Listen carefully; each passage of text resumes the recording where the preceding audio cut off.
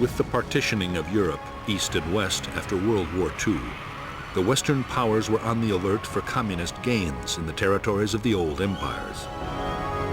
Soviet expansion in Europe was perceived as the greatest threat.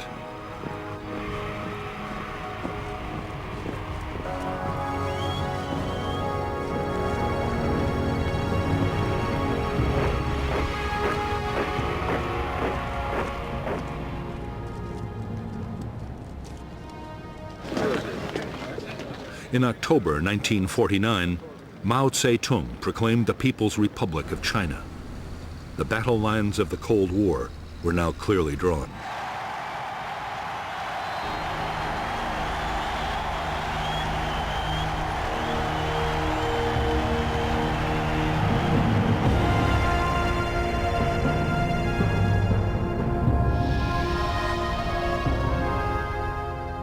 To American strategists, the communist victory in China fueled the fear of Soviet and communist expansion.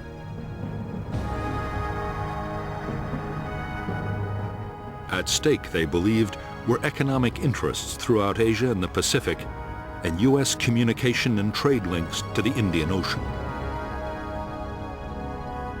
President Eisenhower believed that one Asian country falling to communism would bring down its neighbors in a domino effect.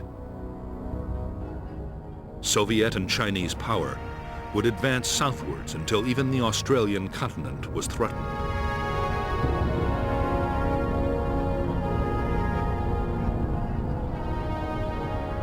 It was Indochina that seemed to hold the key to the future of southern Asia.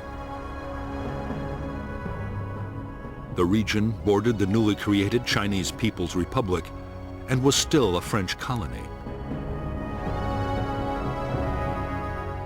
French strategy was to hold on to power by creating puppet states in Vietnam, Laos, and Cambodia. The biggest obstacle to the French plan was the Viet Minh, a huge Vietnamese independence movement.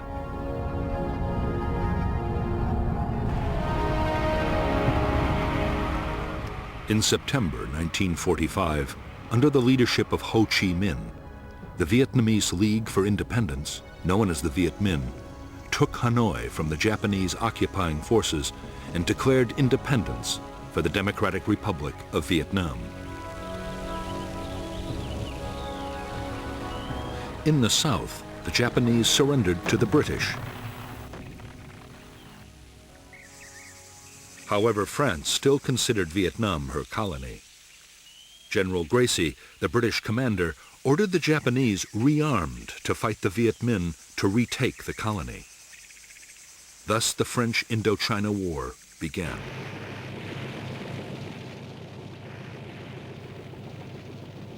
In the war between the French and the Viet Minh, the United States had until recently stayed strictly neutral. U.S. officials had originally supported the Viet Minh and its leader Ho Chi Minh, and they also strongly opposed the French attempt to keep their old colony. However, that was before the rise of Communist China. Now, the fear was that if the Viet Minh beat the French, they would open the door to the Chinese and the Soviets. Cold War politics had come to Vietnam.